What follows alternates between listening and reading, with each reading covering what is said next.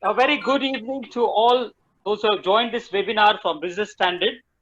On behalf of Business Standard and SOA deemed to be university, I welcome you all. The world is witnessing the chaotic ambit of COVID-19. COVID-19 has a negative impact on most of the country's economy, and India is not excused. We too are facing a massive setback in our economy due to COVID-19. PS, in association with Institute of Business and Computer Studies, SOA, deemed to be university, is pleased to take this pertinent issue and enlighten the august gathering about broader aspects of the impact of the pandemic on Indian economy. Today on the panel list, we have as a moderator Professor Anup K. Samanthare. He is serving as Dean at the Institute of Business and Computer Studies, IBSC, SOA, deemed to be university. As on the panel, we also have Professor S. Sudhalal Muthu, presently serving as Professor and HOD Banking Technology, School of Management, Pondicherry University. He has published more than a dozen of outstanding research articles in reputed journals in the area of banking and finance, financial institutions and markets, financial information system, software project management, etc. He is engaged in a number of administrative positions at Pondicherry University. Next is Professor Debbarata Das, presently serving as a professor at Department of Business Administration, Tezpur University. He has good number of research publications in the field of financial management, microfinance, banking and capital markets. He is also working as coordinator of UGC SAP at Tezpur University. Then we have Dr. Bhabani Shankar Rao. He is serving as assistant professor in finance at Faculty of Management Science, IBSC, SOA, deemed to be university. He too has published research articles on financial derivatives, bank and finance, commodity derivatives in Scope and ABDC with high impact factor journals. He has coordinated several academic conferences in his grade. All the panelists today have got lot of scholarship, lot of rewards and lot of recognitions. If I have to speak of all of them, I'll be eating on their time. So I would like to cut myself short and invite Professor Anup K. Samanthare, our moderator for the show today, to take over the charge. To you, Anup sir. Thank you very much. Thank you. Thank you very much. We'll continue with our speakers, with our panelists. Let me introduce, this is our second attempt with Business Standard, collaboration with Business Standard. I thank also the Business Standard for conducting this. And here we are again back with our students, with our faculty from all over India. Different faculty members are there. Major faculty members are from Odisha, different institutions and universities, and also from different universities of India. And this is a discussion where we are focusing on this particular situation. What will be the economic condition after the situation? What impact it has left with the pandemic? Now, may I request Professor Sudhalal Muthu to continue with his speech, and he may also use certain presentations. Yes. And he can continue now. So it is up to Professor Sudhalal Muthu. Thank you, Professor Anup Kumar, and thank you very much to Bhabani, and I'm happy to meet Professor Das, Mr. Jayaraman, and other Angelo Diaz from Business Standard and other Business Standard people. And good morning to all of you, and happy to meet all of you through this online mode. So now I'll move on to this my presentation. As rightly introduced by Professor Anup Kumar, this is a management development program organized by this OBCS, the Shiksha Anushandan deemed to be university, along with the Business Standard, in the title COVID-19 and its impact on Indian economy, right? So in that, specifically, I'm going to discuss about with this agenda. These are all the points I'm going to cover in the first 30 to 35 minutes. Then I leave the sessions to Professor Das.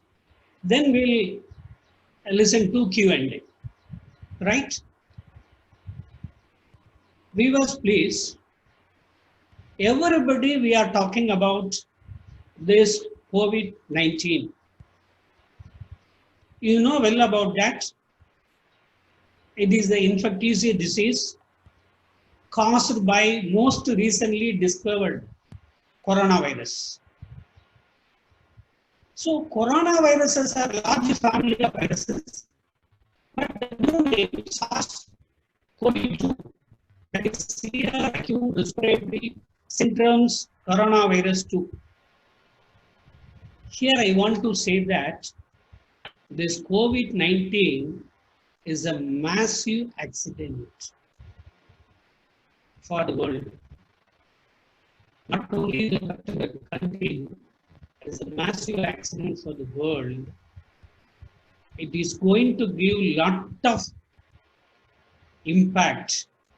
The possibilities for more damages to most of the countries and most of the sectors.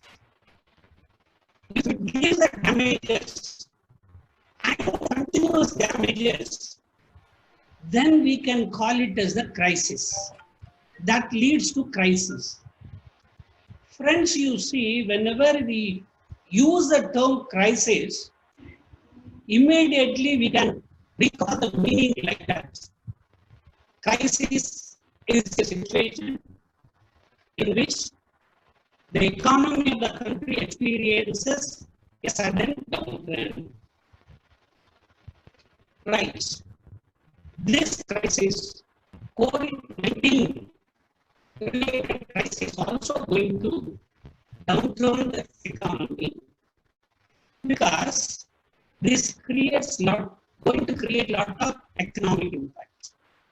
The economy is going to face an economic crisis with likely experiences falling of GDP, drying up of liquidity, rising prices due to inflation, or falling prices due to deflation.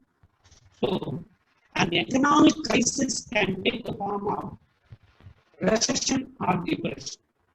You know about that. Recession is the short term. If it continues for more than a year, it leads to depression. So whether it is a recession or depression, we have to wait and see. But certainly, we are going to face certain kind of impact. There is a possibilities of impact is more due to these crises. Friends, crisis. So there is some audio disturbance. Yeah. Okay. Now it's clear. My audio is okay, sir. Is it okay?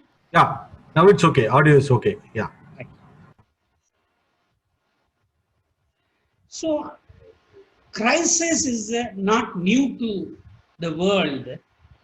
Earlier, across the world, there are a lot of crises faced by the human beings.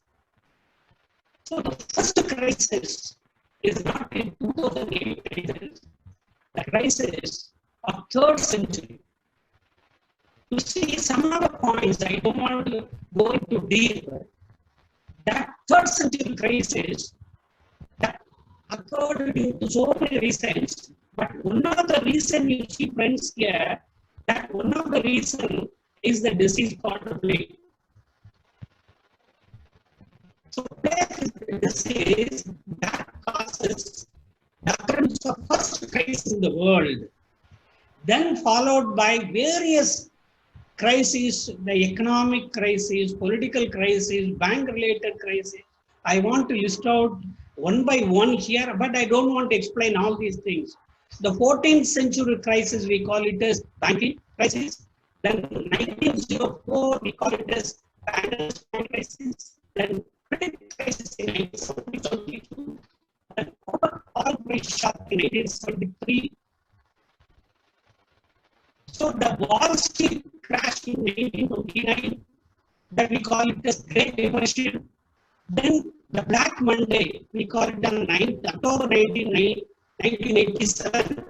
Then the Asian crisis in 1997. Russian crisis, we call it as ruble crisis in 1998. Then dot-com bubbles in 1999-2000. Then the very recent, the previous one, financial crisis in 2008. Then now we are facing that COVID-19, that is the new crisis due to this coronavirus. So what I want to list out all these things, don't get any panic.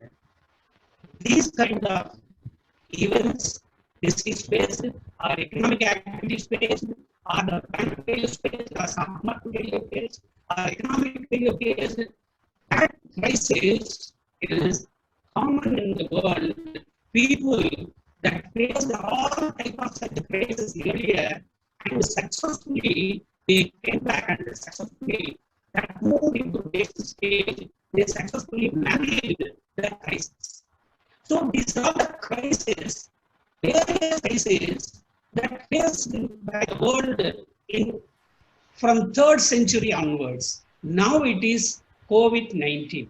But here I want to list out some of the shift, a paradigm shift, some of the changes, the model changes or paradigm changes taking place that especially in India and across the world I want to list out.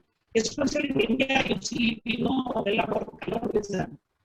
That 200 years we were at colonialism.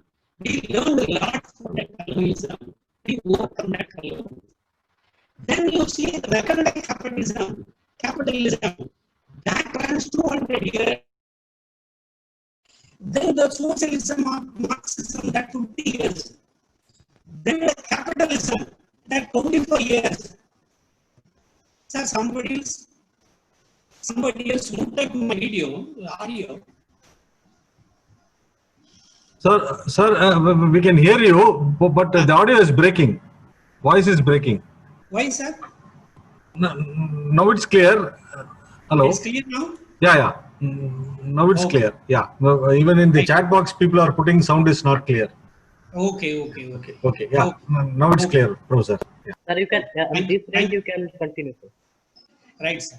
So then you see after 1991, the experience of globalization that runs 25 years.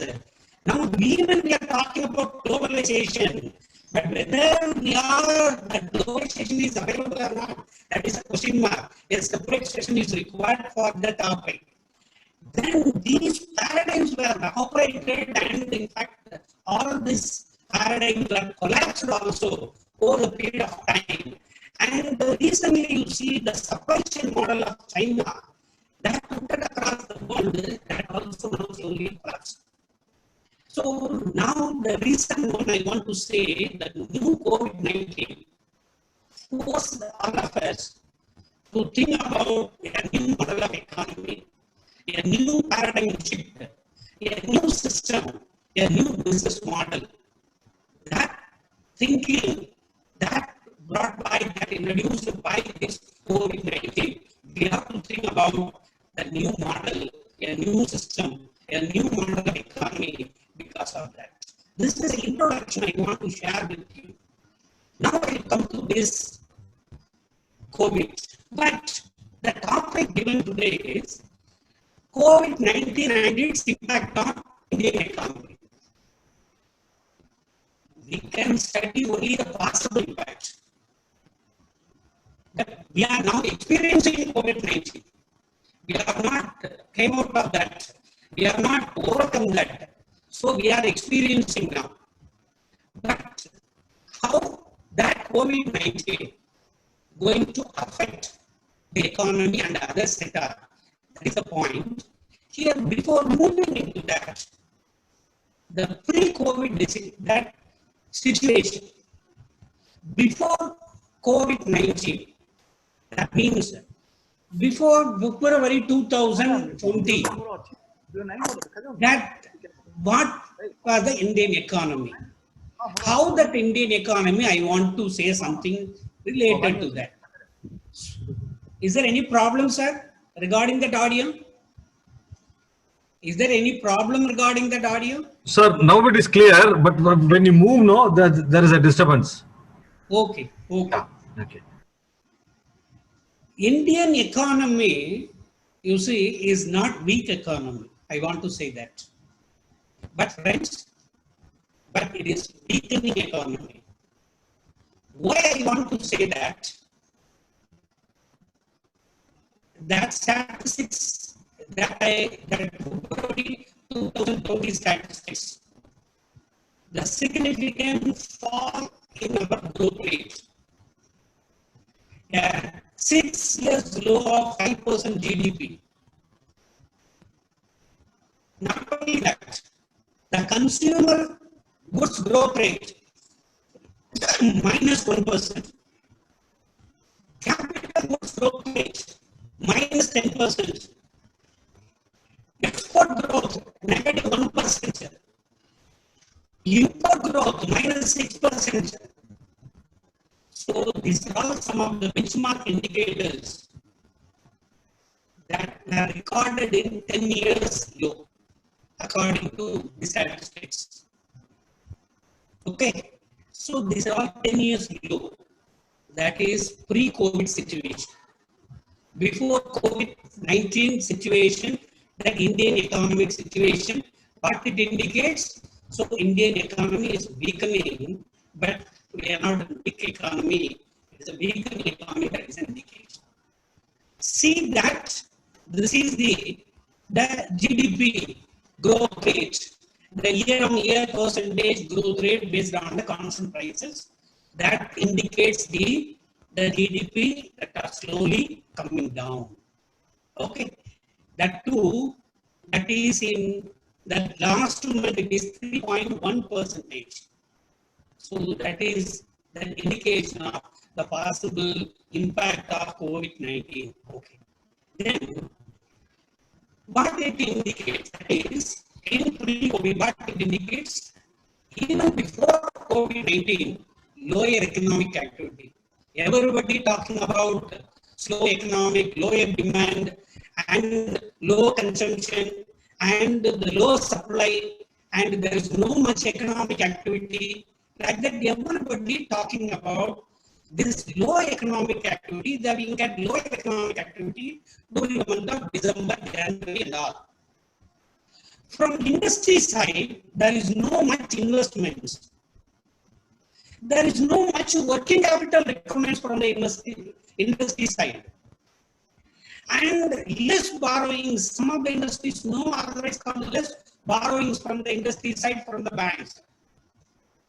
So industry also, they don't want to improve or expand the business. That was the situation prevailing in before COVID.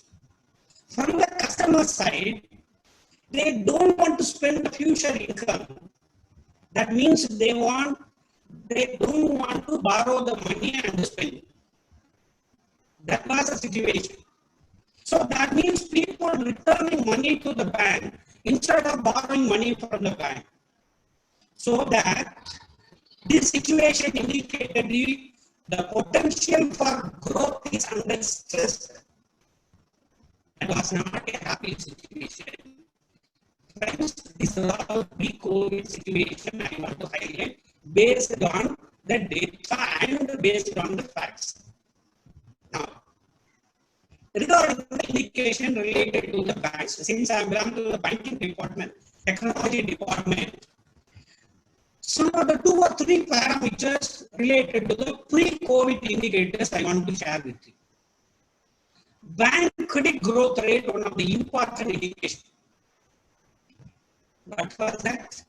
The latest numbers released by the Reserve Bank of India shows that loans grew by just 6.3% year-on-year growth during the latest fortnight ended February 14, 2020. That statistics shows that bank credit growth, the loan growth, only 6.3% up to February 2020. This first fiscal year is expected to end with a credit growth of 6 to 7%, which will be the lowest in 58 years, according to the Economic Times. GDP in the last fourth quarter 4.1, but the first quarter of 2020 3.1, already I have shown in that diagram. The nominal GDP 10%. India. The bank credit growth rate is less than the nominal GDP. See that normally the bank credit normally used to be more than the nominal GDP. That is the expectable trend. That only gives a good result. But the bank credit rate is less than nominal GDP of India. It was a very, very rare situation. Again, these are all the pre-COVID situations I want to share with you. Right? They come to very, very important point. The bank indicator related to non-performing assets. Up to March, 11.5%. That means this 8,95,601 lakh crores, the NPA in Indian banks. But in March 2019, that reduced to 7.27 lakh crores. That means 9.3% NPA. Some of the earlier statistics also graphically represented in that slide. So NPA also, everybody knows about that non-performing assets. Huge non-performing assets. That also one of the problems faced by Indian banking sector as well as the economy during the pre-COVID situation. Then another one is the capital adequacy in banks. Capital adequacy, everybody is talking about whenever the NPA increases, in order to safeguard the banks according to the prudential norms, the Basel norms, banks are asked to maintain adequate capital to avoid the bank failures, to strengthen the economy as well as the banks. So now you see, the Basel suggested the banks to maintain 8% CAR, that is capital adequacy ratio.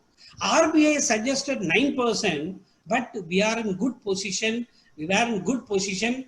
Our public sector banks maintain more than 12%. We have conducted a separate study. One of my students did a research on that.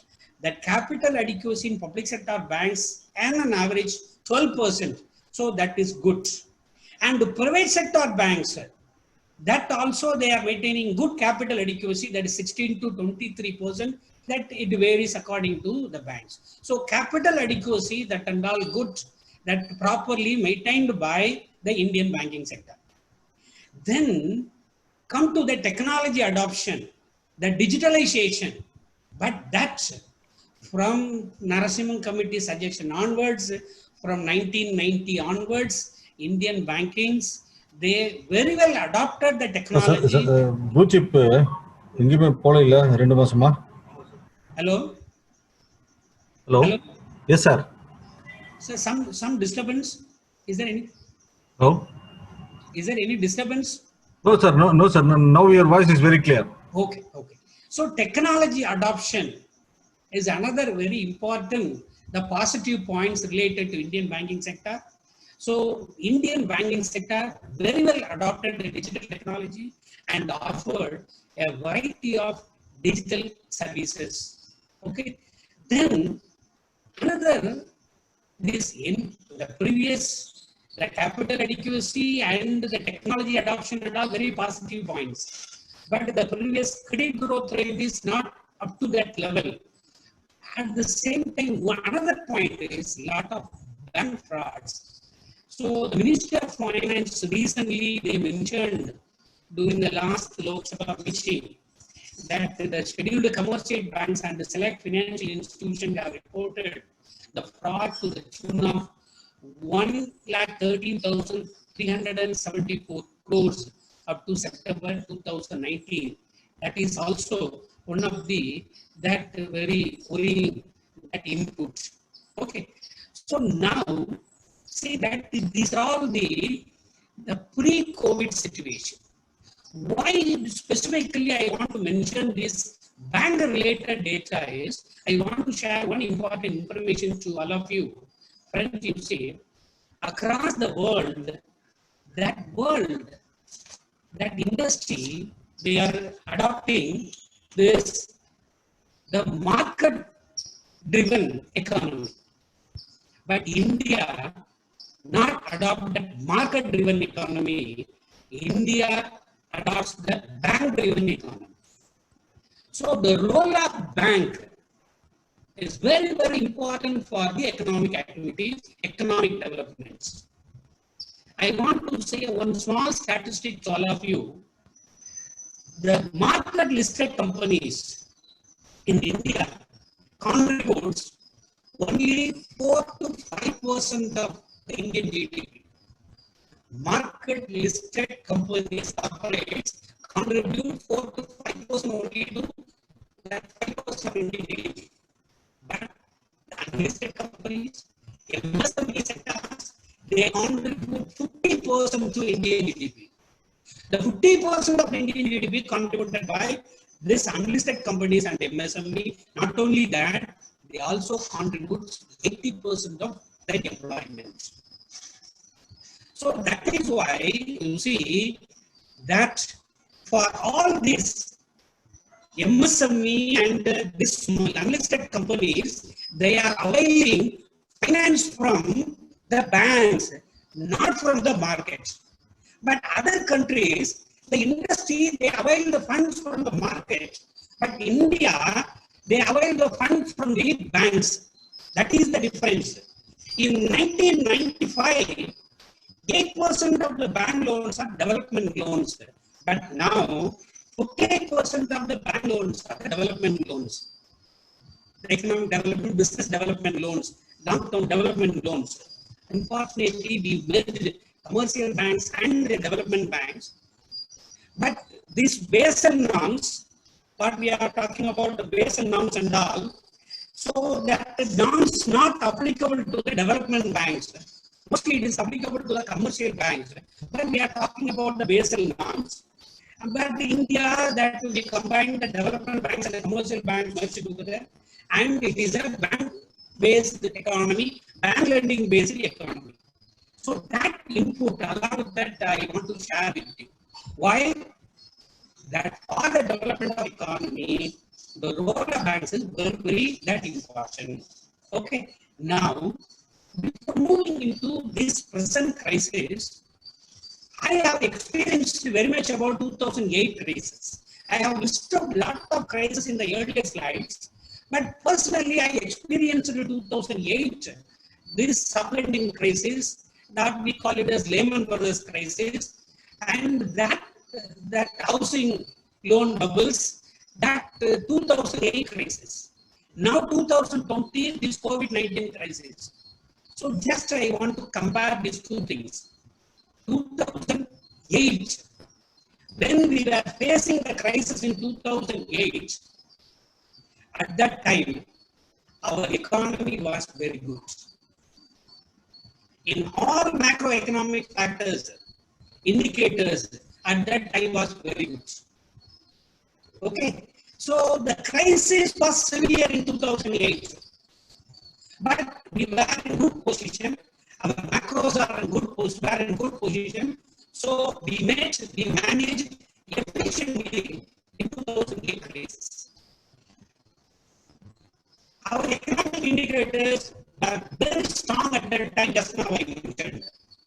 But now in COVID-19, before the COVID-19, where we are now, that is why, to make you to know the pre-COVID situation only, some of the economic indicators, as well as the bank lending indicators, and the role of bank in the economic development, all these things that I have highlighted you. So back in COVID-19, the crisis is not a new one. Please, friends, listen. We already faced this various crises. I list out many, not a new one. But now we are facing not only COVID-19 crisis, especially in India. I want to say that we are facing multiple crises, not one crisis, not only COVID. At this point, I want to highlight this to all the young students. We are facing three different crises. One is COVID. Another one is the locusts. This is going to affect the agricultural economy in India, farmers in India. The third one is that the border tension, Chinese border submission. So, coronavirus, the locust attack, and the Chinese border threat. So, in three different dimensions, so we are now facing the threats, crisis, and three attacks that Indians now we are facing. So, but you see, friends, the current situation is different. The last wave of crisis may be more. It will not affect the one sector, not going to affect the one sector or few sectors. It is going to affect many sectors, and some of the sectors is going to that affect more. They are going to suffer more, and not only that, it will affect the physical health as well as the mental health of each and every one. That is the very notable point. So this virus is a disease-based. It affects the economy, all of the sectors. So it affects the income, it affects the health, and if income and health affects, automatically it affects our mind. If mind also it affects, then it will give very bad, very disastrous effect. But one thing you please keep in your mind. Whenever we are facing the crisis always creates new opportunities. Now you see, earlier, if this ICPS wants to, this university wants to conduct this kind of annual discussion, they used to call the faculty like me or Professor Das to the concerned place. We used to travel and we used to stay there and we move around the institution. And then in a seminar hall, we used to deliver the presentation and interact with the students. Now, they are now realizing the situation. Educational institutions now find an alternative way like this webinar, online presentation. We well accustomed to that, and we identify the new opportunity of this online mode and explore it. Students also enjoyed. Now I could find more than 200 participants. They are listening to that panel discussion across India. So it is for education institutions like that kind of new alternative opportunities available for each and every that aspect sectors. So what I want to highlight, these kind of crises always creates a new better opportunities. We have to identify that opportunity and overcome the difficulties and succeed in our life.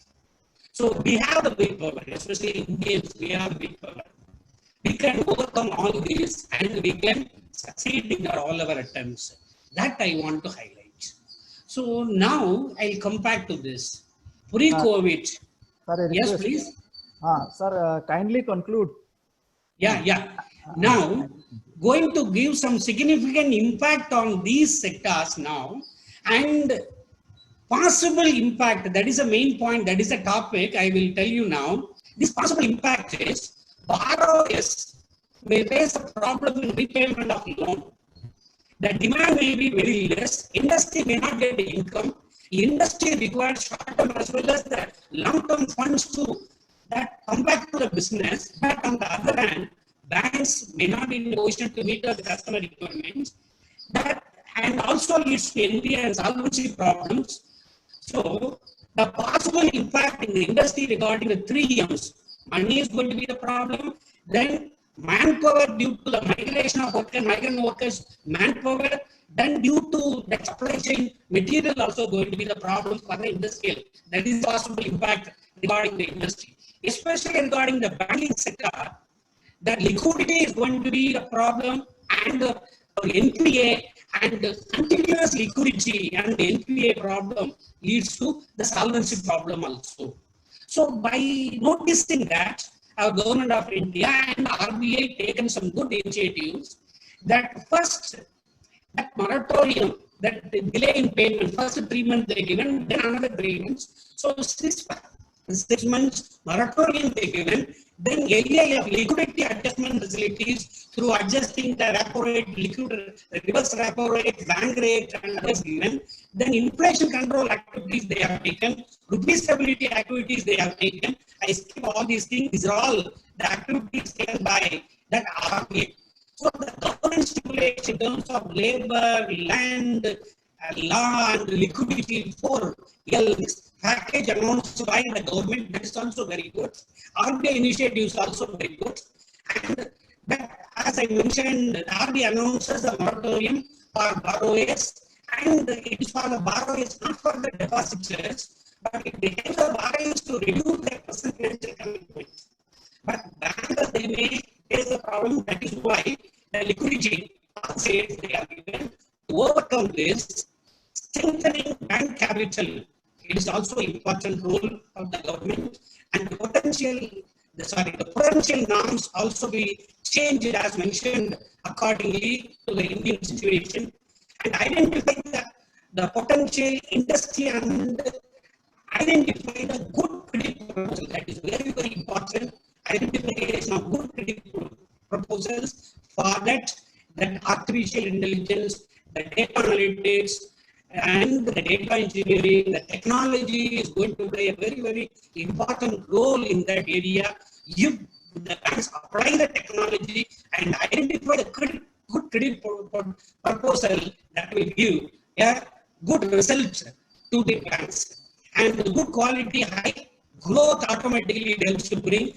And to overcome this, bank requires right technology. Already they are having. In addition to that, as I mentioned, that AI, artificial intelligence, and the blockchain technology to overcome the bank frauds, and for that better handling the credit analysis, credit risk management, the AI, and the data analytics that are all required.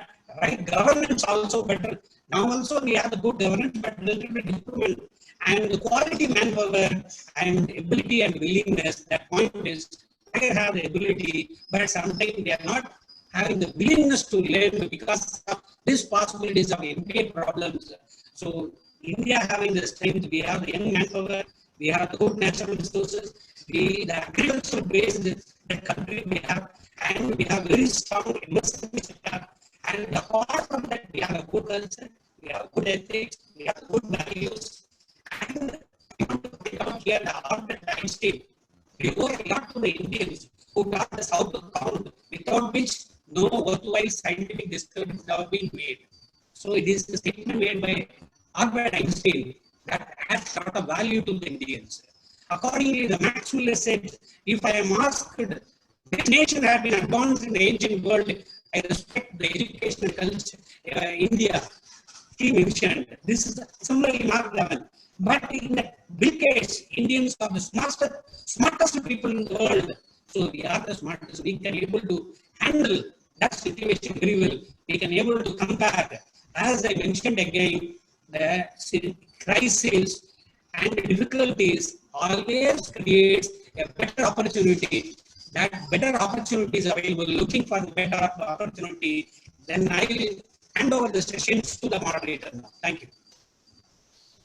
Thank you, sir. Thank you very much. Of course, there was some problem in sound.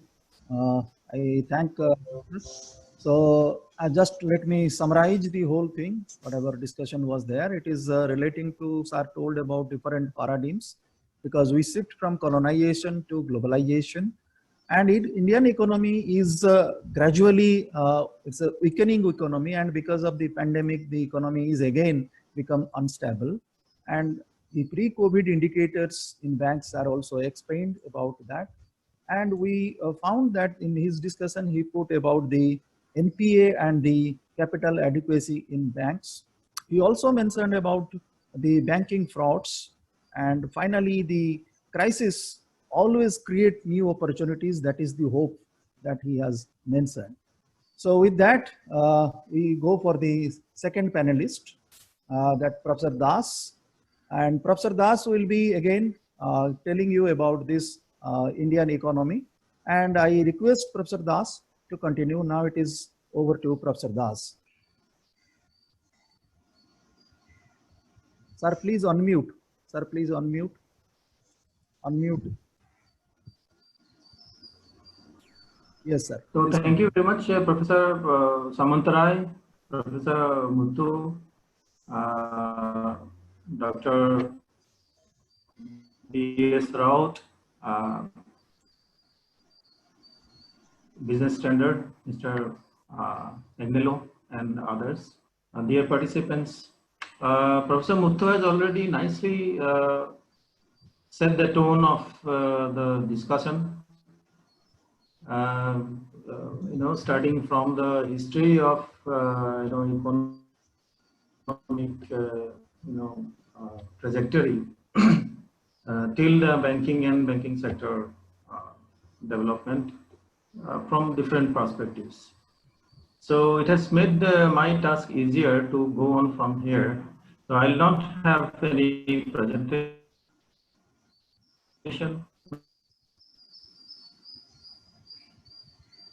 Certain few things wanted to a particular problem, finding out some problems and maybe further looking into as a issues or some food for thought as a researcher or as an academician. So if we just think about the economic impact of COVID, Professor Muthu has said that it has been weakening the Indian economy. Let us have a glimpse with three competitive economies, say US, China, and India. So if you see the last 10 years average growth rate, then you find that USA is hovering around 2%. The highest growth rate during last couple of decades were 5% for US, and it went down to even negative in 2008. But now you see the average is 1.9% or 2%. If you see China, then China's also last 10 years average growth rate is hovering between 4 to 5%. Of course, in between they have gone to a very high 2 years they achieved 13% also, but the average is 4 to 5%. Whereas India is in a better position. India is last 10 years growth achieved 7%. So that way, if we consider the last 10 years economic growth, then India is in a better position even compared to China. Now, due to this pandemic, all across the economies are affected. So the India. But if you see the Indian effect and the effect of US and China, they are quite different. The US projects that its next year's economic growth, GDP growth, is bound to go to the negative region. However, China says that some sectors will be affected, but they estimate that they will still be positive, in the positive zone. India also have different views from different economies, but India also says that it will not be negative. It is expected that in 2020, the final rate will come at around 1.9% growth, GDP growth. And the next year, it does mean that in 2021, it will be 2.5%. And it is estimated that in 2022, it will be 4%. So it is projected that India will not be a negative growth economy, even it is so affected by the COVID. But China also says that it will also not go to the negative. Now, what we see is the competition, economic competition of India will be only and only with China. But if we see the fiscal deficit projection of Indian economy, we see that there is a 4.6% fiscal deficit for financial year 2020. And this deficit is very disturbing to see that it is estimated to 13.3% for financial year 2021. So that is a very miserable fact and very miserable figure. If this estimate comes true, then the Indian economy is going to have a very bad show. So though we will have a growth of positive maybe 2.5% or 4%, and if we take average of average, then it may be 3% for next 2 years. But the fiscal deficit is going to hit the Indian economy in a very bad way. And probably that will give a disadvantageous position to India compared to China. So now the question is how Indian economy can revive and compete with China. There is a positive vibe. There is a small positive vibe that, I don't know, that is still in news, that there are many companies withdrawn their operations from China and they are eyeing on establishing their manufacturing base in some countries, and India is in the first list with them.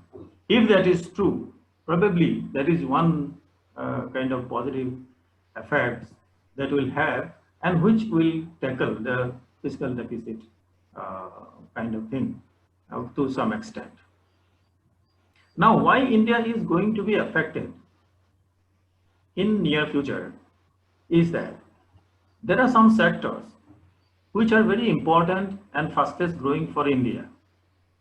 Who are the sectors? Which are the sectors?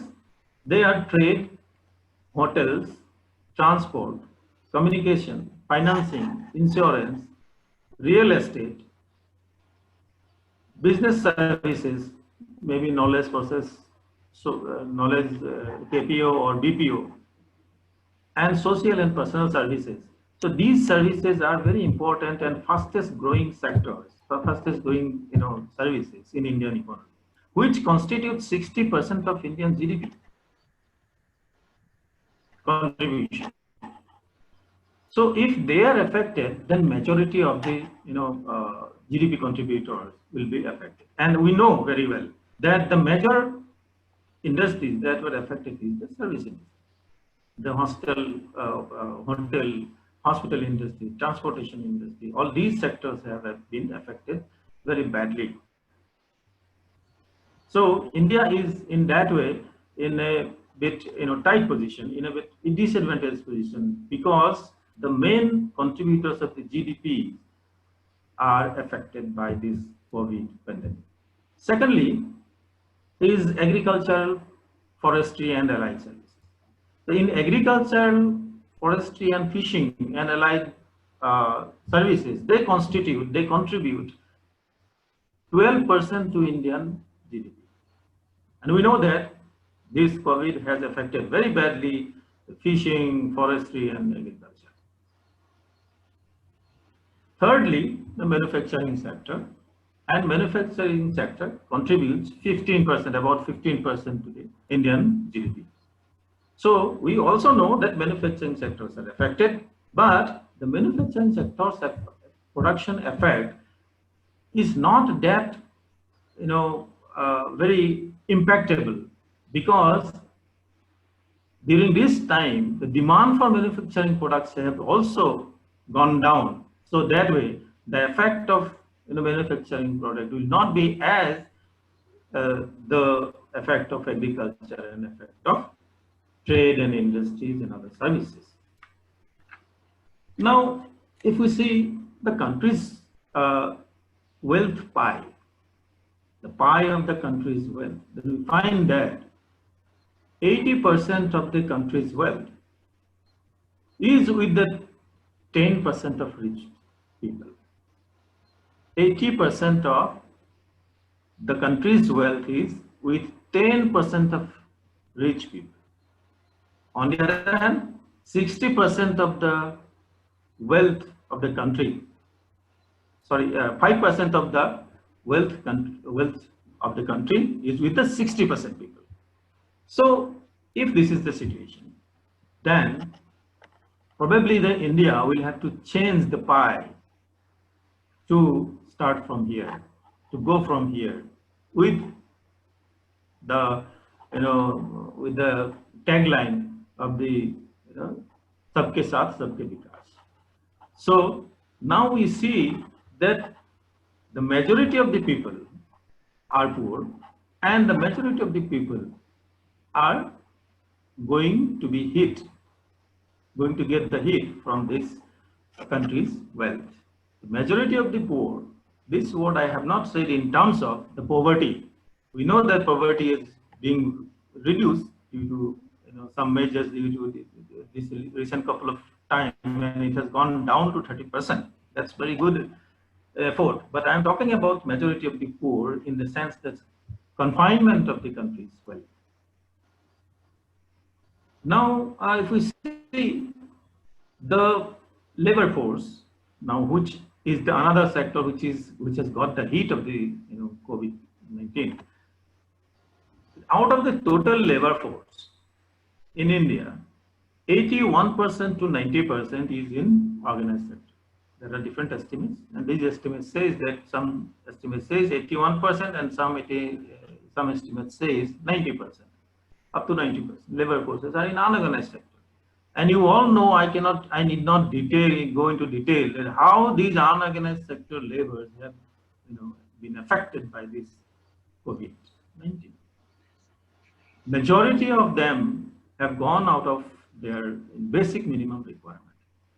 They have gone back to their own home places, native places, and there is uncertainty that they will come back to their work again.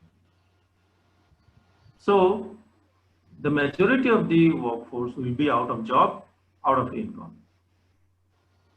So agriculture is, small farmers and allied sectors, and also majority of the workers, labor force, which are in the unorganized sectors, is getting the heat worse. And this will bring down the demand of the market products and services. Now, as a student of commerce and economics, we understand. Then understand that the supply has to be responded by proper demand. Then only there will be surplus. Now here we find that the demand has reduced. Demand of the products, demand of the services is going to be reduced. It has already been reduced, but it is going to be further reduced.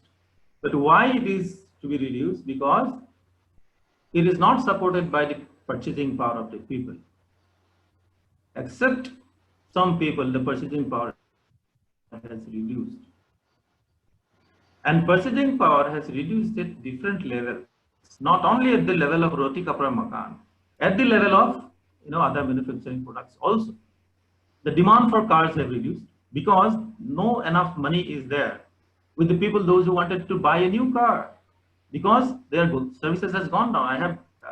You have also read the reports in the newspaper. It has come that the companies, the corporate houses, they have started a meeting like this in Zoom app, and they say, the boss says that from tomorrow onwards your services no more required. Your employment contract is cancelled. These kind of reports are coming. So purchasing power at every level is coming down. But miserably the agriculture and the informal sectors. So when the production is coming down, so market is sinking. So market is not supporting the enough production and products. So market is sinking. So there is no sales, there is no revenue for the companies. When there is no sales and revenue, then no employment. There will be taking of employees, no new hiring. As you know that there are also some reports that the business schools graduates and recent graduates, they are graduating and they have got the placement offers, and now companies are denying. So there is no fresh hiring. There is also job cuts. If there is job, there is a pay cut.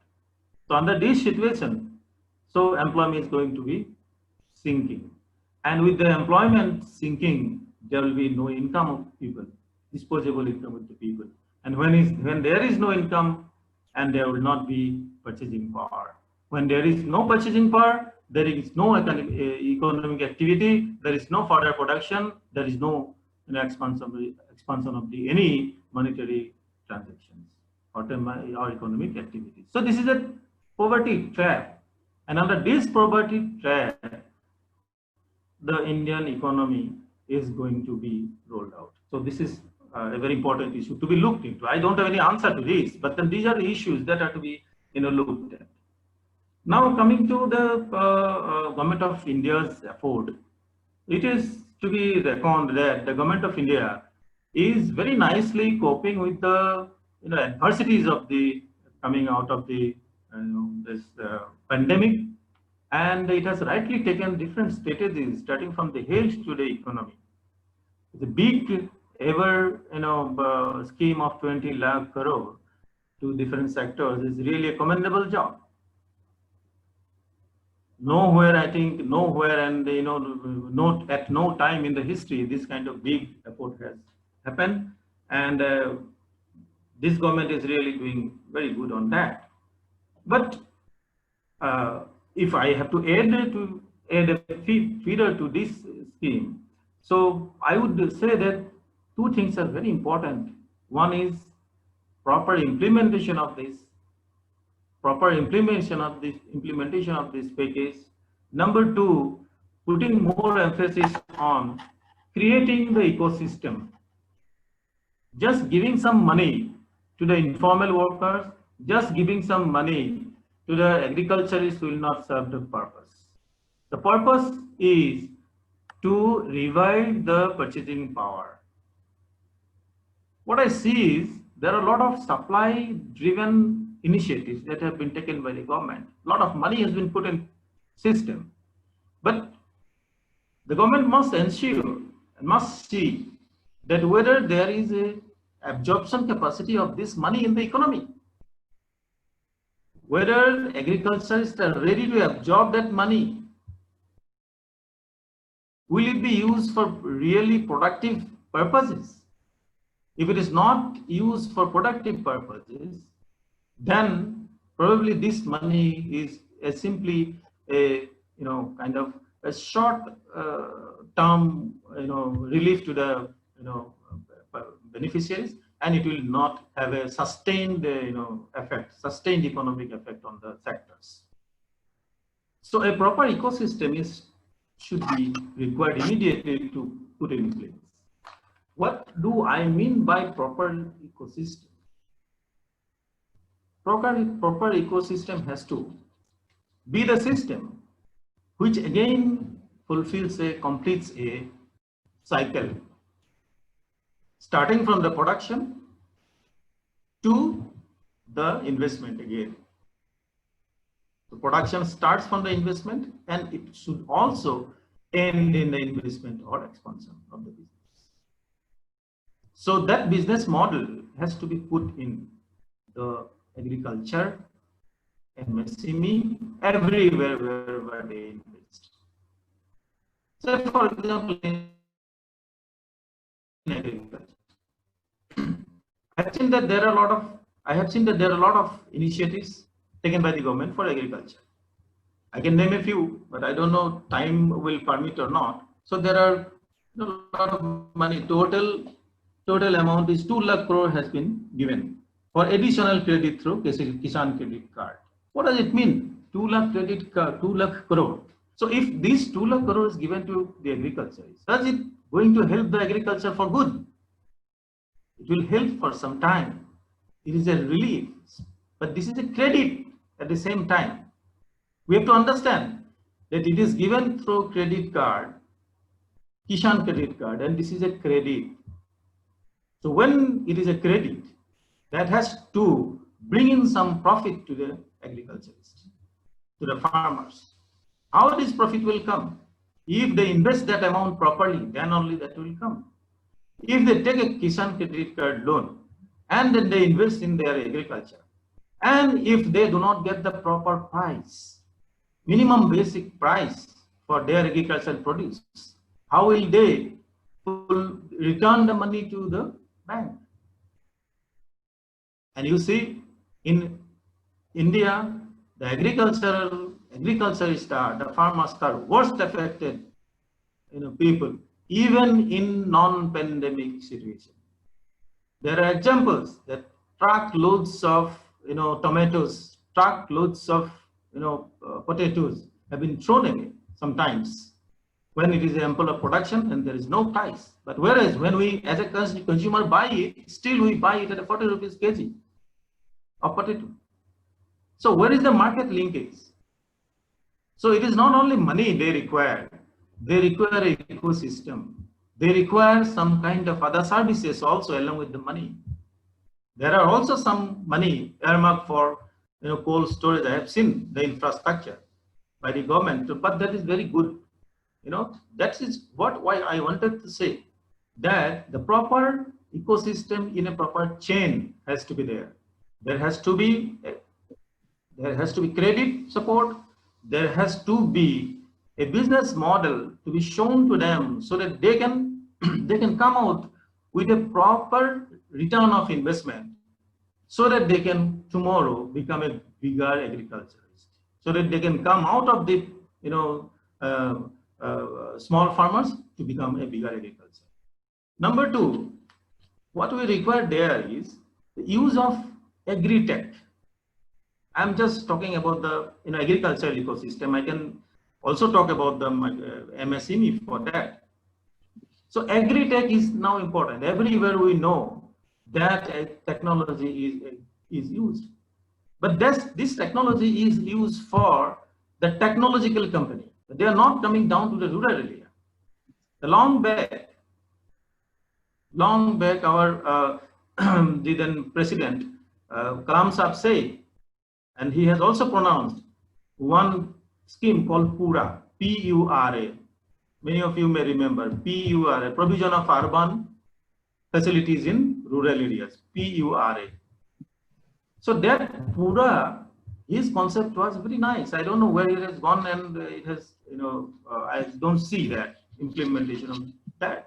So if we can implement provision of urban services in rural areas, means PURA, that scheme of the idea of Professor Kalam, that would be nice of it. So there will be some agri-tech, means using technology for agriculture. Say for example, how we spread. We have here in Assam, you will see a lot of tea gardens, and there are a lot of workers here. And you will see that after 70 years of the our independence, the situation they are living in, the life they are leading, the laborers, is very pathetic. But there is no, yes. So there is no problem, and nowhere we find. I don't know, maybe in Punjab some of the facilities are used, but then they are also not going to that scale innovations in agriculture, which will reduce the cost in long run, and this will relieve the farmers to come in a better business model. So there are a lot of ecosystem here. Again, the market has to be there. We have to link the market to the farmers, but there is no proper step has been taken. So proper marketing system has to be there. So how that proper marketing system has to be there in that case? So there may be some instructions from policy support from the government. The minimum price has to be guaranteed, is to be reached to the market. Another concept here I have not seen the mention I have not seen in the policy of the government is that the farmer producer organizations. The farmer producer organizations are actually working very nicely in many places wherever it is started. The farmer producer concept organizations is a concept which is a company or is a cooperative, is an organization formed by the farmers. So there is no actually middleman or less middleman, because of which they can take the benefit of the profit without sacrificing the margin. So even if at the lesser price they can sell the produce to the consumers, and they can earn higher interest of amount for from their produce without sharing it with the middleman, which actually takes the larger share. So that way, if there is a farmer producer organization, if there is a farmer producer organization, and if that there is a federation of farmer producer organization which take care of the marketing through online platform, if they take care of the supply chain management through online platform, then probably the market will not be a problem for the farmers or agriculture. So I hope that these kind of new thoughts have to be brought in by the government, apart from giving simply money. So money is one, it is required, but then along with the money, all these ecosystem has to be developed by the government. So is the case of the MSME also. So actually I can go on, but then I think that there is a question of time also in questions or in discussion we will take part again. But finally I want to make the final comment, putting another few. Yes. Yes. You can continue for 5 minutes, no problem. Yes. In 5 minutes you conclude. Thank you. Yes. So this is one. So this so far whatever I have said is from economic point of view or economy point of view. We can have better discussions on that or extended discussion. But when it is a school of management sciences, so for the companies actually there are few new perspectives have come in from companies point of view or from industry point of view. So what are the new challenges that they are coming is that the entire business model has to be changed now, because the earlier business model is not going to work. People have gone to digital mode now for each and every services during this last couple of 3 months, and now they are to some extent fall in love with the digital kind of environment. So, and it is also sure that this COVID-19 is not going to go very soon. It will stay with us for some time.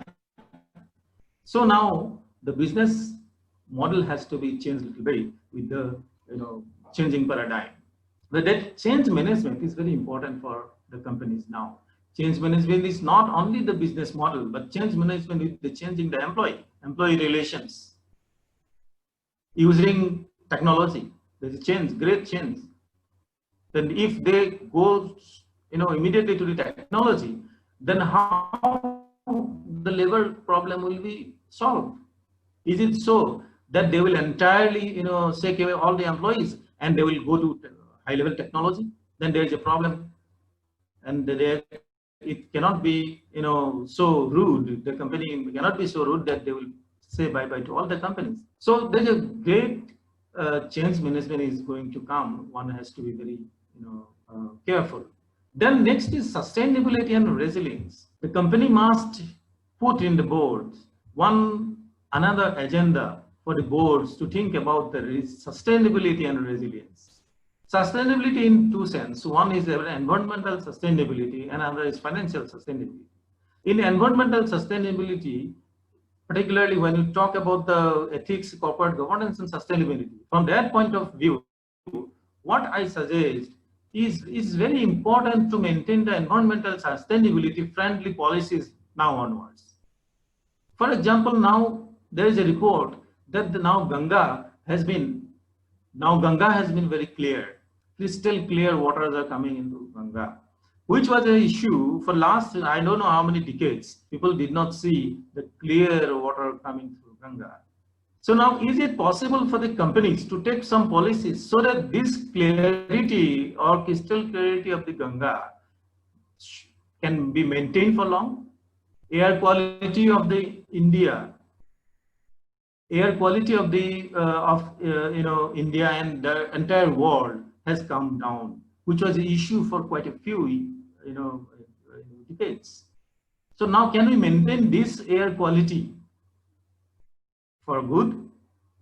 Can companies, can industries think about in that way? So that's why I say the change of business model with the sustainability, not only environmental sustainability but financial sustainability also should be taken care of. And the resilience. Resilience means this kind of epidemic, this kind of problems may come, or maybe different kind of problems may come, but how the companies can be resilient to those problems. And even for the economy also, government also, this resilience is necessary.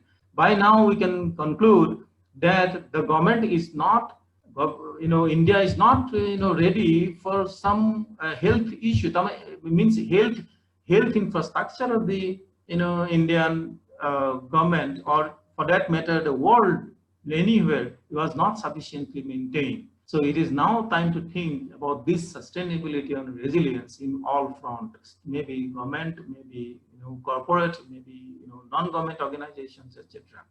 So entire process has to be, entire business model of the government or at the company level, the entire process has to be re-engineered. So with this, I would like to conclude for now. I can come again if there is quiz. Thank you very much. Thank you, sir. Just let me gist out what Professor Das mentioned. He mentioned about 3 economies he compared between US, China and India. And he mentioned that last 10 years, the economic growth of India is now in a better position as compared to US and China.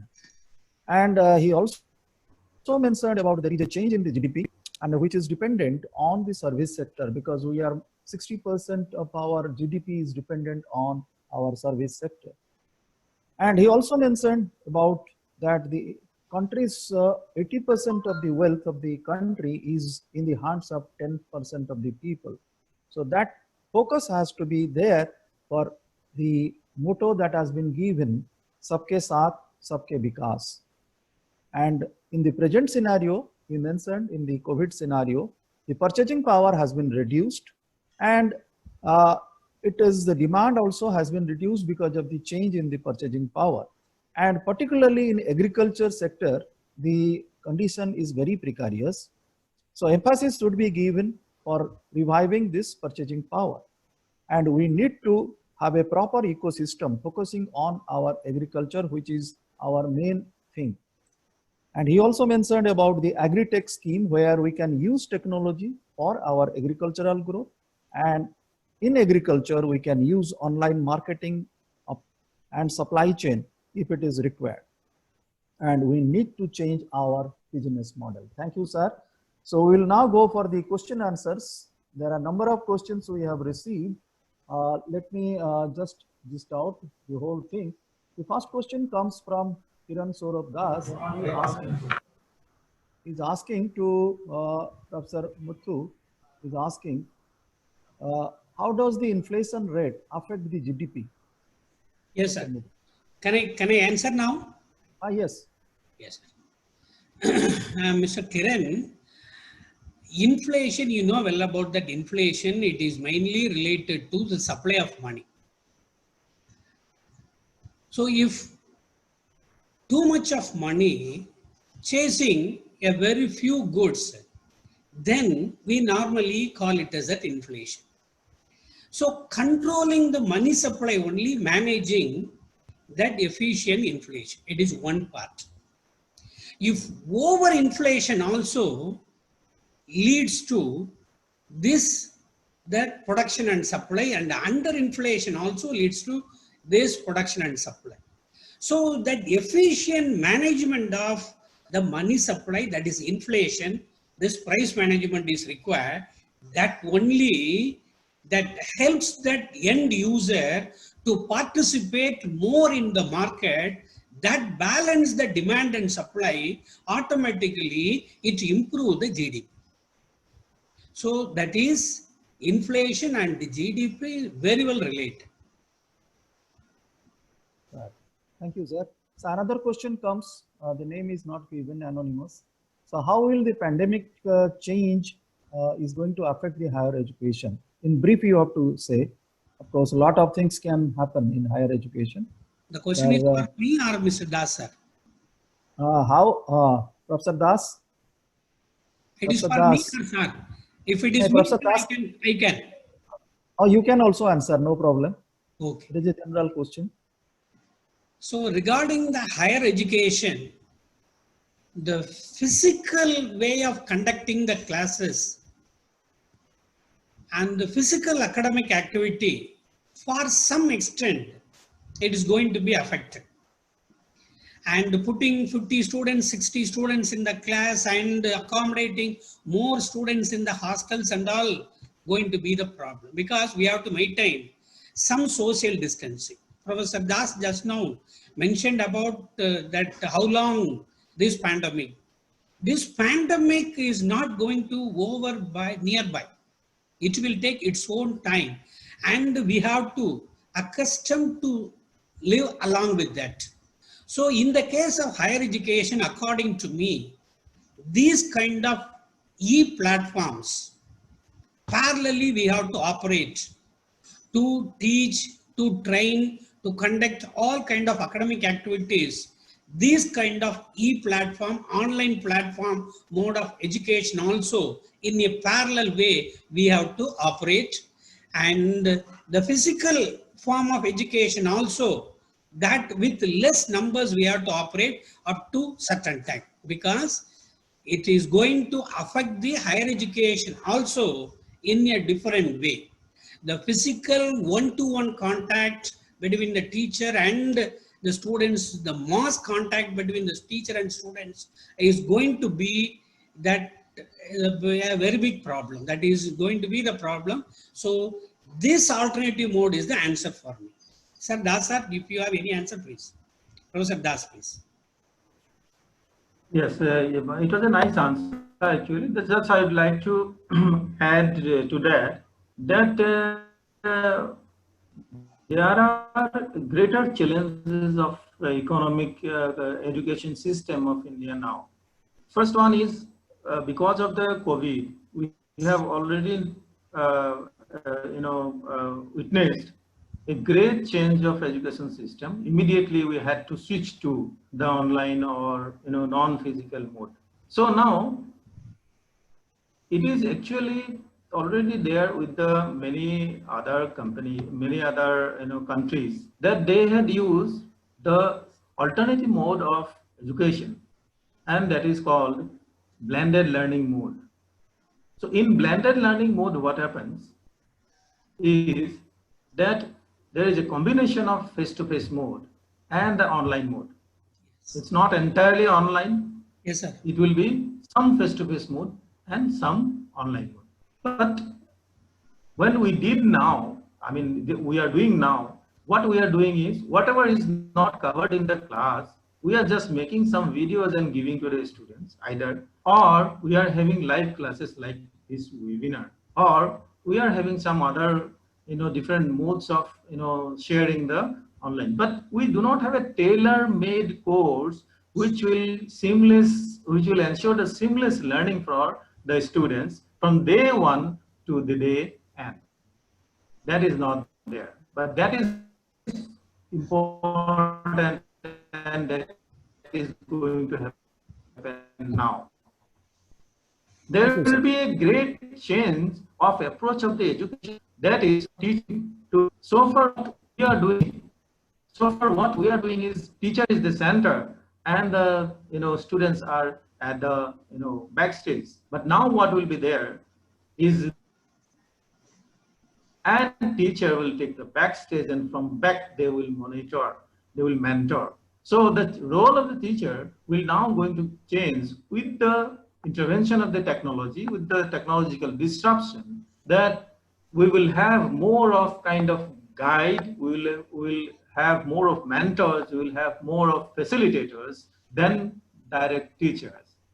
So another challenge this COVID is going to bring us is the competition of the universities, competition of the educational institutions around the globe. Earlier also there, but now it has made it clear to all the learners that you have a lot of opportunities and a lot of choices around the world to take education. Now you can take a course from Oxford University. Now you can take a course from Harvard University if you have a quality. And it doesn't require to be present there for 2 years and spending lakhs of rupees. The same kind of education, quality education you can get. So now thing is that we have to compete. The Indian education system has to compete with all the country world's best educational institutions in universities in terms of giving the education. Tomorrow it may happen so that a person from Delhi University, he will leave the Delhi University and he can take a course from Oxford University at the same time, same kind of degree, without spending that much money. If they do not like my class in the classroom, then they can take the substitute class from online, from a different university, from London Business School. And there is a change going to happen, and it is happening that the credit system, credit transfer system, if you can take a course of a particular X and you will get exemption from course Y from my program. So that is already done in the Indian system. So that competition is going to happen very soon. So as an educator, we have to be very competitive and we have to change the mode. We must embed technology with our education, and not in just simply giving webinars or giving online trainings, but systematically thought and designed curriculum from day one to day end, along with the learning that is happening to the learners. And for that, there is an approach. The approach is called community of learning, community of inquiry, COI. The COI, community of inquiry, is done by one professor in Athabasca University, Canada, and it is experimented in different universities, and it was found that the learning becomes better, learning becomes a joy, learning becomes interesting through the COI, community of learning mode of learning, and that is one actually mode which comes under blended learning.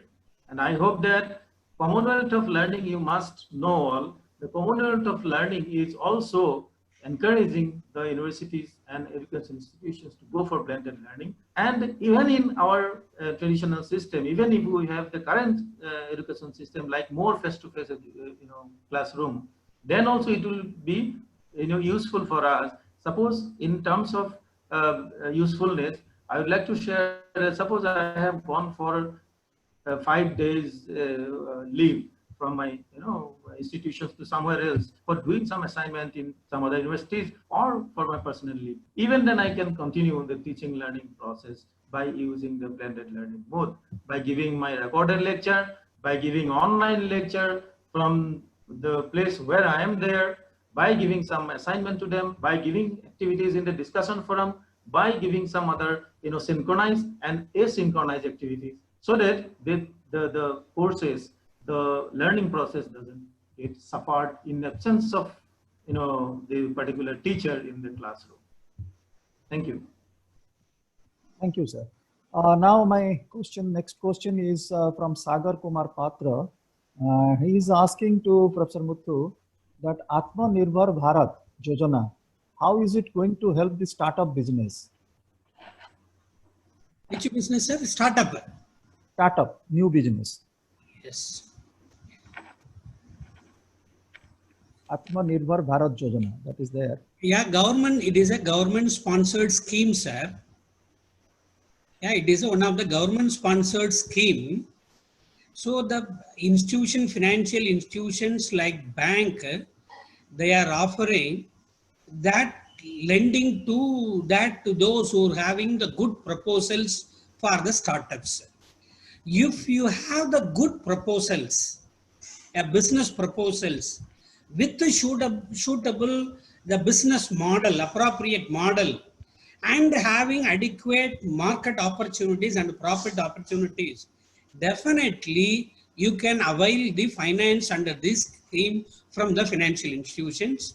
So according to me, that it is one of the best scheme for availing finance from the financial institution for doing the startup. But the only condition is a good startup proposal is required, and the feasibility and viability of the project is very much required. Based on that lending institution consider the request and the sanction that. Yes, sir. Yeah. Another question by Suhas is how the entrepreneurs can utilize their idea in critical situations. For me, sir, Yes. how that entrepreneur use the idea in the critical situation. Critical situation. Yeah. Yes. So normally innovative ideas comes only at the time of that critical situations. Whenever we are facing that crisis and the critical situations, at that time we have to explore an innovative ideas, innovative method of production, innovative method of marketing, innovative method of availing the finance, innovative method of supply chain. So innovation is the answer. So we have to identify the innovative methods. That is why I have mentioned about these online classes. Those are also mentioned. And for education, those are mentioned. I also mentioned higher education, innovative, technology-based alternative solutions are available. Similarly, for each and every area, there are alternative, innovative solutions are available. So identify that opportunity, that identification, and explore the possibilities that by adopting the creativity that give the solution to that. So entrepreneurs are having good number of that opportunity. Just now mentioned about DASA. Now some of the orders from China, that the possibilities are coming to India because textile industries and some of the industries, there are very good opportunities are available here for the entrepreneurs. So for the entrepreneurs, opportunities are available, a new way of models, business models, they have to explore, new project proposal they have to prepare with the creative ideas to fulfill the requirements of the end user, that will give the fruitful results. Sir, is there any financial or economic model for better result in the pandemic?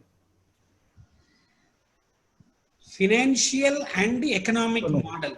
Sir, if you ask that question, I can say that is why I have mentioned India that having a very good ethics, cultural system, and the basic value-based system. With that good culture, with adopting the appropriate values, if any model you can adopt by applying the appropriate, the available technology. Now, the technology-based solution is going to, that to digital-based technology solution-based model, that going to provide lot of good opportunity. Since I belong to the technology department, I could say that artificial intelligence technology-based new business models, you can do that work at your home also. Data analytics based, that blockchain technology based, Internet of Things, IoT based, that is one opportunity, technology based. Number two, agri based, as Dasar mentioned about the strongness in agriculture, I also pointed out, agri based, a new model of business with appropriate that supply chain storage models according to the requirements in the market. That is second. Then this other industries, medical, pharma, textiles, and other industries also having that opportunity. So we can't say this is the model, that is the model. You study the market, assess the requirements, accordingly you design the model, that will give the results. So it is not easy to say the model over that one-to-one. You have to conduct the study in your area, the requirements, what kind of problem faced by the people, what kind of problem faced by the business people. That problem only you have to identify. Problem gives a new opportunity. So now a lot of problems, how to address the problem, think about it, that gives a new model.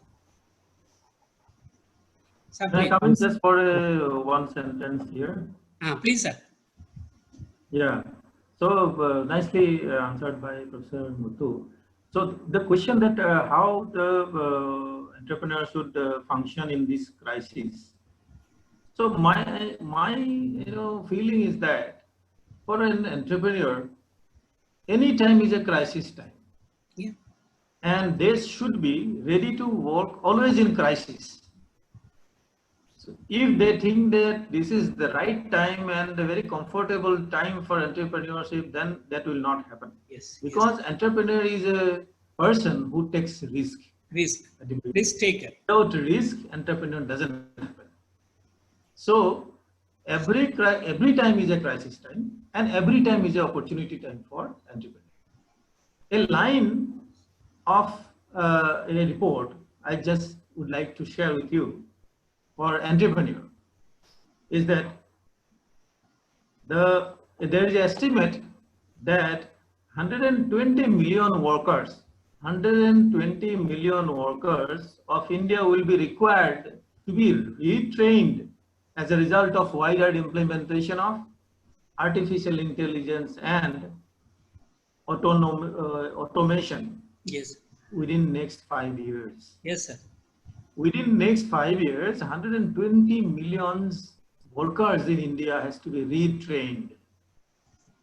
Now, for a potential entrepreneur, it is an opportunity. Yes. For someone, it may be a risk or crisis that I will have to lose the job because I do not know what is artificial intelligence, because I do not know what is automation. And there may be a loss of job, there's a crisis. But in that crisis, the entrepreneur can think about starting a training venture, maybe online, maybe or app-based, maybe something, I don't know. But he can look for this as an opportunity to train 120 million. Even if he or she trained 10% of it, it is 12 million people. It's a huge business, man. This is one just example. So I'm saying that entrepreneurs, time is any time is a good time. Okay. Number two, talking about the business model or financial model for a economy to revive or so. I'd like to share that India is having two great type of resources. One is natural resources. Number two is human resources. If the projects are formulated, if models are formulated using proper human resource for efficient use of natural resources, I think that would give a good caution to the Indian economy to tackle these kind of situations in future. Think global, work local should be the model of India now. Because you will see that in many villages now, people have gone to the cities. There is a migration towards the city, want of job for rupees 5,000 to 10,000 rupees. A lot of people. Whereas, if they are used properly in their own villages, they can earn 3 times of that per month. 15,000, earning 15,000 is not a big deal in a village. If there is a proper support system, I again say that if there is a model of, Dr. Kalam, Pura model, obviously using local resources. Now, what is in many places, what we see is in the field, only one time cultivation is done. Why not 3 times? So why not 2 times cultivations can be done with same land? Because there is no gain from the agriculture. That's why people are not doing. But how can we not maintain a policy which will turn this loss into profit for them? There are other resources like lot of flora, fauna is there. We are talking about now there's Ayurvedic science, Ayurvedic botany. Okay, we can have medicinal plants here. We can use the natural resources, forest-based resources, and we can develop business models for them. And we can talk about filling the local demands first. If one state can fulfill all the local demands produce in that particular state without letting the money go to other states, probably that would be the best model now.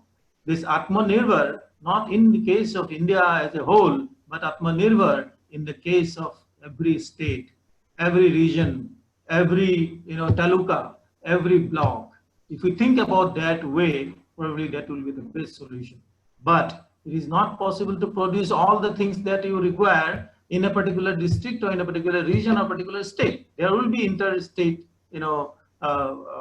transportation of the goods and services. That is there. That has to be there. But then I'm talking about that whatever is possible in a particular region, particular state should be produced there itself.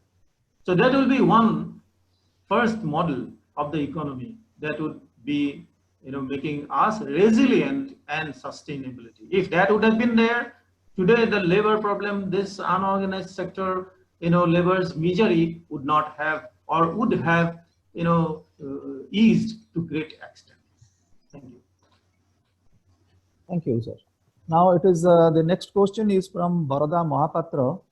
He's asking to Professor Muthu. His question is your suggestion regarding the customers, those who are thinking for a loan from bank and investing in banks. So what will be the scenario after this? So the question related to suggestion to the customer, those who are availing, those who wants to loan from the bank, am I right? Loan from bank and investing in banks. Okay. So if the customer, those who wants to avail the money loan from the bank, what they have to do is, my suggestion to that customer is, you please prepare a viable proposals, acceptable proposals. Then only the banker can accept your proposals. Bankers always ready to finance the acceptable, viable, feasible proposals. So my suggestion is the customer, those who wants to borrow the money from the bank, you please submit your requirements in the form of proposals in a genuine, acceptable form. Definitely banker will accept. Okay, it is number one. Number two, if you want to invest the money into the bank, what is your suggestion? That is the question. So if you want to invest the money, then you please consider your duration. How long you are going to do the investment, number one, whether it is short term or long term investments. Then your purpose of investment. So what is the purpose of that investments? Then when you want to get back that investment, then what is the return? What kind of return? Now, how much is the return you want to that expect from the investment? These are all the points the customer normally should get considered before investing the money. Not only to the bank, there are so many avenues are available for investment. Accordingly, the customer has to select the avenue for the investments. So if you want to avail the loan, your proposal will speak about your requirements. That will help give the answer. If you want to invest the money, that the purpose of the investment will speak about that. That will tell you the best avenue for that investments. That is my answer for that questions. Another question relating to that, sir. Is it wise to invest now in equity sector? Which sector, sir? Equity sector, equity market.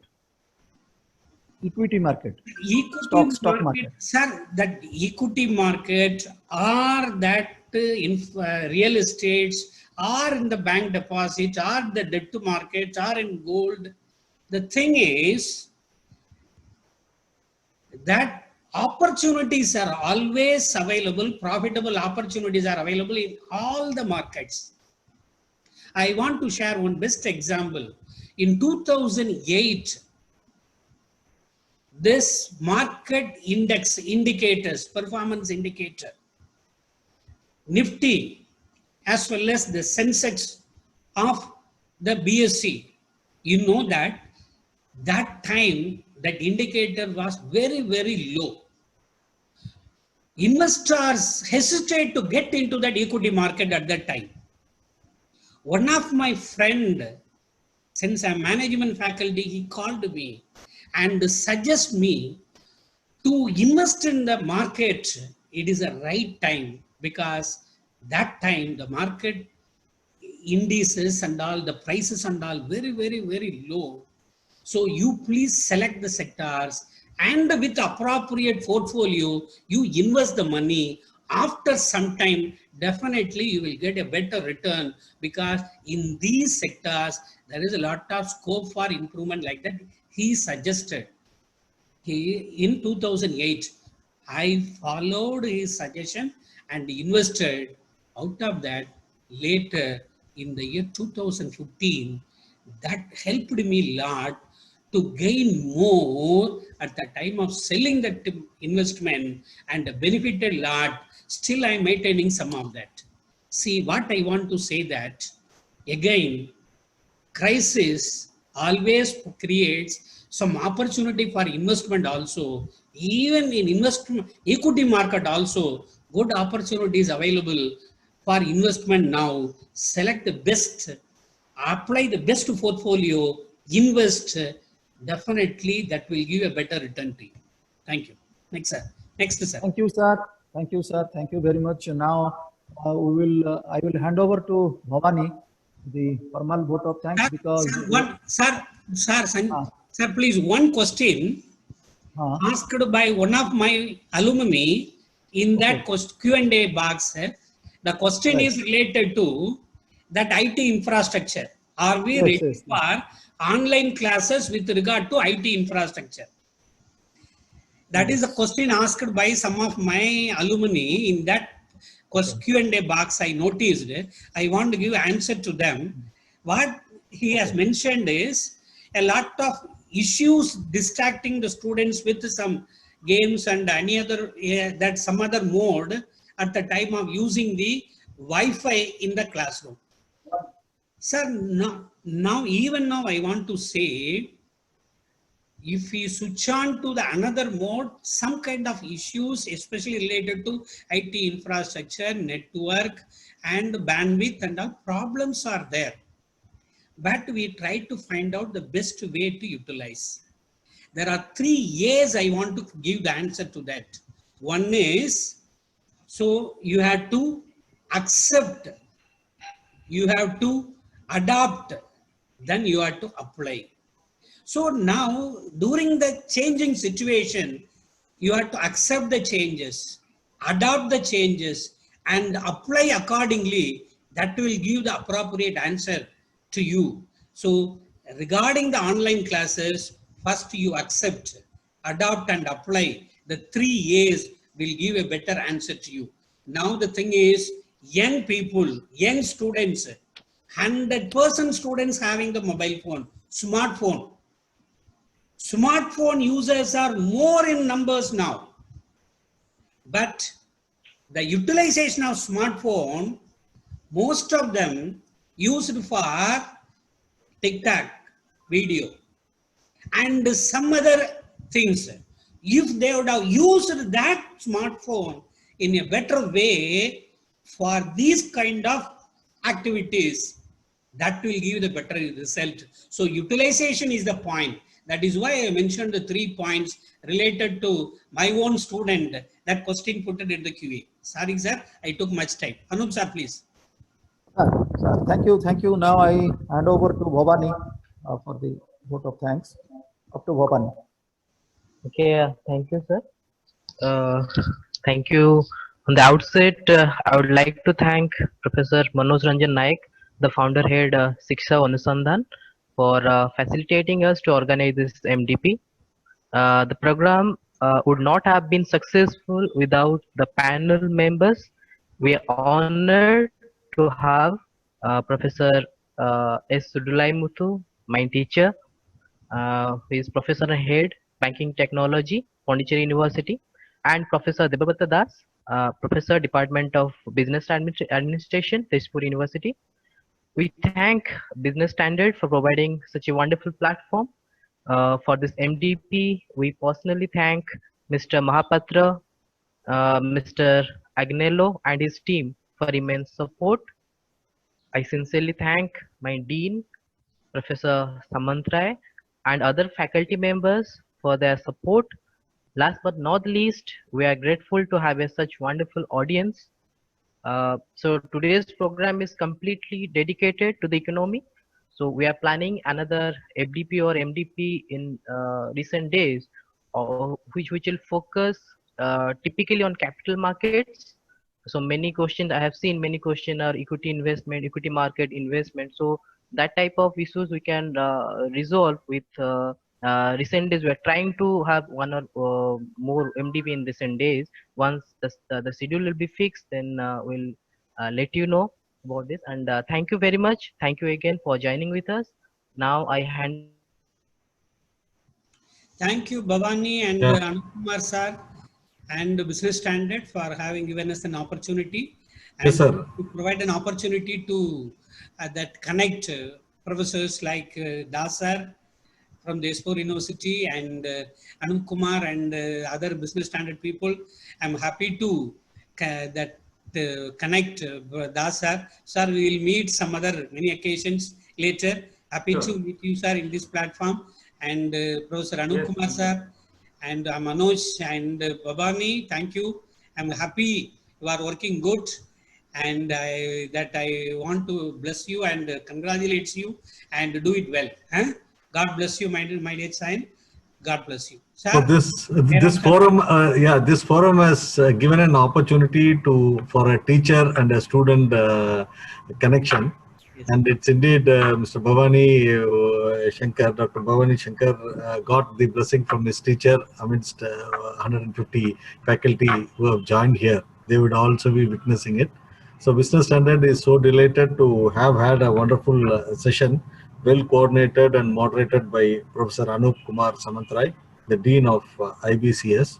And thanks to Dr. Bhavani Shankar Rao for excellently convening this session with the wonderful panelists, Professor Dr. Sudale Muthu, Professor and Head of Department of Banking Technology, School of Management, Pondicherry University, and Professor Debabrata Das, the Professor Department of Business Administration, Tezpur University. So thank you for all the wonderful insights, and we look forward to more association with the wonderful faculty like you. So once again, I thank you for the wonderful opportunity. I also thank the Bhubaneswar team of Business Standard for coordinating this event. So thank you. Thank you so much.